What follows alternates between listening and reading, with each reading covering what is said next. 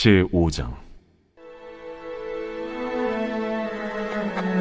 예수께서 그리스도이심을 믿는 자마다 하나님께로부터 난 자니, 또한 낳으신 이를 사랑하는 자마다 그에게서 난 자를 사랑하느니라.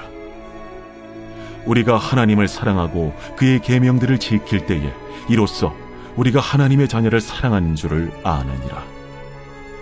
하나님을 사랑하는 것은 이것이니, 우리가 그의 계명들을 지키는 것이라. 그의 계명들은 무거운 것이 아니로다. 무릇 하나님께로부터 난 자마다 세상을 이기느니라. 세상을 이기는 승리는 이것이니, 우리의 믿음이니라. 예수께서 하나님의 아들이심을 믿는 자가 아니면 세상을 이기는 자가 누구냐? 이는 물과 피로 임하신 이시니 곧 예수 그리스도시라. 물로만 아니요 물과 피로 임하셨고, 증언하는 이는 성령이시니 성령은 진리니라. 증언하는 이가 셋이니 성령과 물과 피라. 또한 이 셋은 합하여 하나이니라. 만일 우리가 사람들의 증언을 받을진대 하나님의 증거는 더욱 크도다. 하나님의 증거는 이것이니, 그의 아들에 대하여 증언하신 것이니라. 하나님의 아들을 믿는 자는 자기 안에 증거가 있고, 하나님을 믿지 아니하는 자는 하나님을 거짓말하는 자로 만드나니, 이는 하나님께서 그 아들에 대하여 증언하신 증거를 믿지 아니하였습니다. 또 증거는 이것이니, 하나님이 우리에게 영생을 주신 것과 이 생명이 그의 아들 안에 있는 그것이니라. 아들이 있는 자에게는 생명이 있고, 하나님의 아들이 없는 자에게는 생명이 없느니라. 1월 8일 금요일, 하나님의 아들에 관한 완전한 증언. 요한일서 5장 1절에서 12절입니다. 1절입니다. 예수께서 그리스도이심을 믿는 자마다. 예수께서 그리스도이심을 믿는 자마다. 여기서 예수는 이름을 말합니다. 그가 자기 백성을 죄에서 구원하신다는 예수님의 이름을 뜻합니다. 그리고 그리스도는 메시아, 기름 부음 받은 자를 말합니다. 그래서 예수 그리스도라고 말하는 것 자체가 벌써 신앙의 고백입니다. 예수님이 메시아, 예수님이 기름 부음 받은 자, 예수님이 하나님의 아들이심을 고백하는 것과 마찬가지입니다. 예수께서 그리스도이심을 믿는 자마다, 그리고 낳으신 이를 사랑하는 자마다. 오늘 1절에 보니까요, 믿는 자마다 그리고 사랑하는 자마다, 이 믿는 자와 사랑하는 자를 나눠서 설명하고 있습니다. 사실은 같은 이야기인데요. 예수님을 믿는 자는 하나님의 자녀다 라고 말하고요, 하나님을 사랑하는 자는 하나님의 자녀도 사랑한다 라고 말하고 있습니다. 2절과 3절을 보면 하나님과 하나님의 자녀를 사랑하는 것은 계명을 지키는 것이다 라고 말합니다. 2절에 계명을 지킬 때 하나님의 자녀를 사랑하는 줄 안다. 3절에 하나님을 사랑하는 것은 계명들을 지키는 것이라. 그리고 4절과 5절을 보니까요, 예수님을 믿는 하나님의 자녀는 세상을 이긴다 라고 말합니다. 4절에 세상을 이기는 승리는 이것이니 우리의 믿음이니라. 그러니까 사랑은 계명과 상관이 있고, 믿음은 승리와 상관이 있습니다. 사랑은 계명을 지킴으로 완성이 되고요, 믿음은 세상에서 승리를 약속합니다. 사랑은 우리가 해야 할 일이라고 한다면, 믿음은 하나님이 하시는 일로 설명할 수가 있습니다. 여러분, 믿음도 우리의 것이 아닌 걸 아십니까? 믿음도 내가 믿는 믿음이 아니라 하나님이 주시는 믿음이 있습니다. 하나님이 주셔야 우리는 믿을 수가 있습니다. 그래서 이 6절에 이 믿는 자와 사랑하는 자가 이제 합하여서 설명이 되어지는데요. 6절에 이는 물과 피로 임하신 이시니 곧 예수 그리스도시라. 우리가 사랑하고 믿어야 할 분, 계명이자 승리이신 분이 누구냐? 물과 피로 임하신 예수 그리스도시라. 그리고 물과 피로 임하셨고 증언하는 이가 성령이시니 라고 나옵니다. 새 번역은 물과 피로 거쳐서 오셨고 라고 나옵니다. 육체로 오신 예수님을 가리키는 것 같은데 이 부분은 제가 잘 몰라서 뒤에 한번 해설을 읽어드리겠습니다.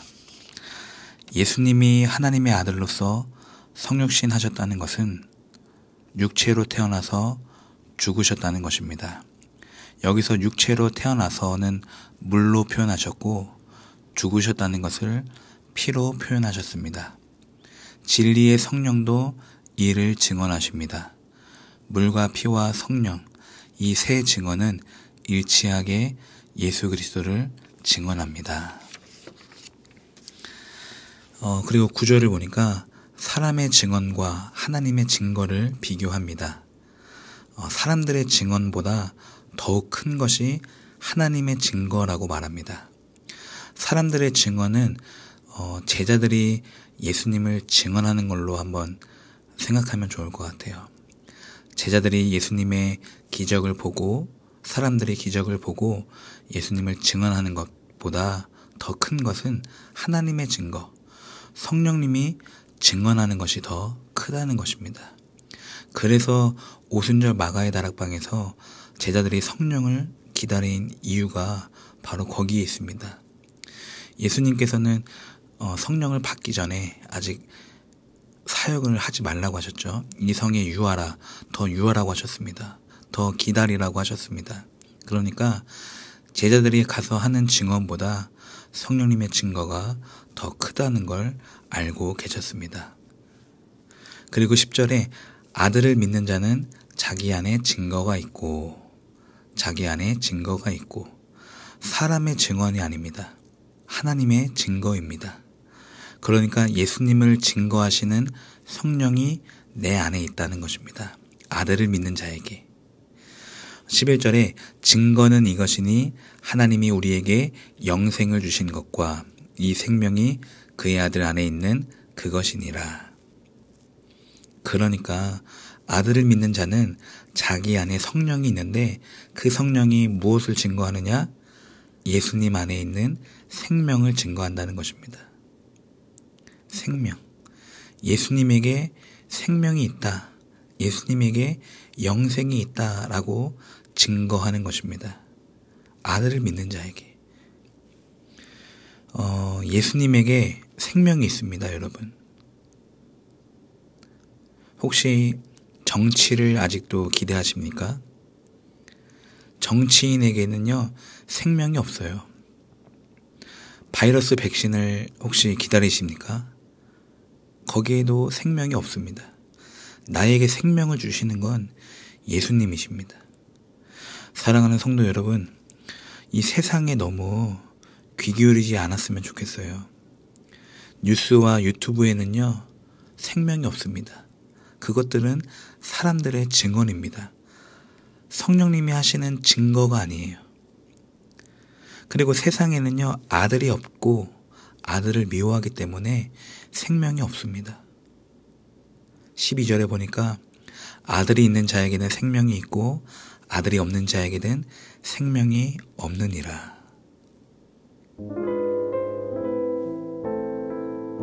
어쩌면 부동산 집값보다 비대면 예배보다 내 안에 예수가 있는지 없는지가 그게 더 급하고 중요한 일입니다.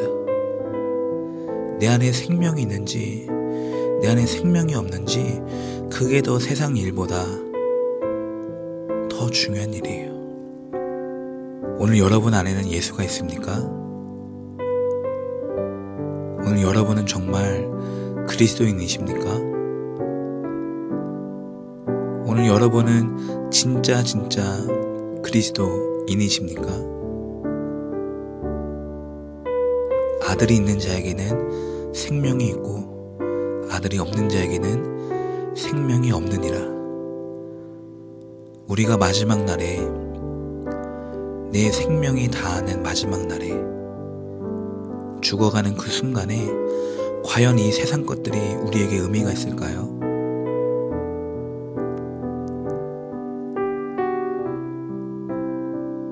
새로운 신제품들이, 새로운 뉴스 소식들이 과연 그때에서도, 과연 내가 누워있을 때도 내가 그것들을 귀 기울일까요?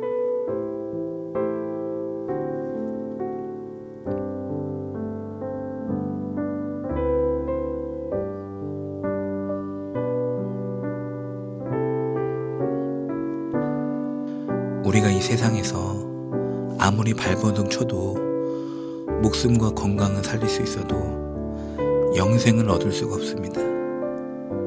생명을 주시는 하나님의 증거, 성령님을 더욱더 민감히 반응하시고 받아들이시길 바랍니다.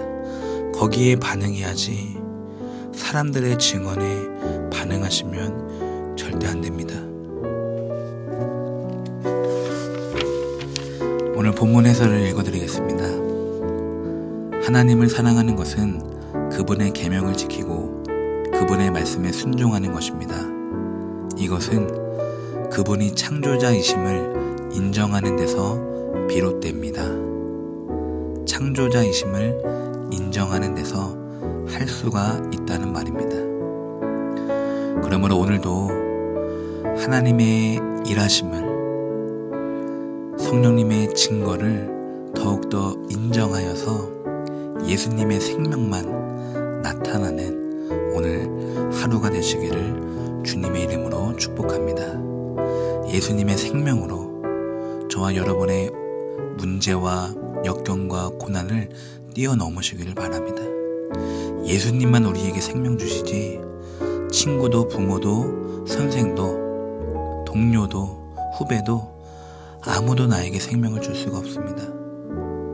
남편도 아내도요. 여러분, 예수님 다시 한번 붙잡으시고 오늘 하루도 승리하시기를 바랍니다. 기도하겠습니다. 하나님 아버지 감사합니다. 오늘도 해야 할 것과 하지 말아야 할 것이 너무나 많아서 하나님 말씀을 버겁게 부담스럽게 여겼음을 이 시간 고백합니다. 저의 무거운 짐을 주님께 맡기고 기쁨을 이 시간 회복하게 하여 주옵소서. 이미 세상을 이기신 주님의 승리를 믿음으로 누리게 하시고 우리 앞에 펼쳐진 이 영적인 싸움을 넉넉히 승리하게 하옵소서. 예수님 이름으로 기도드립니다. 아멘.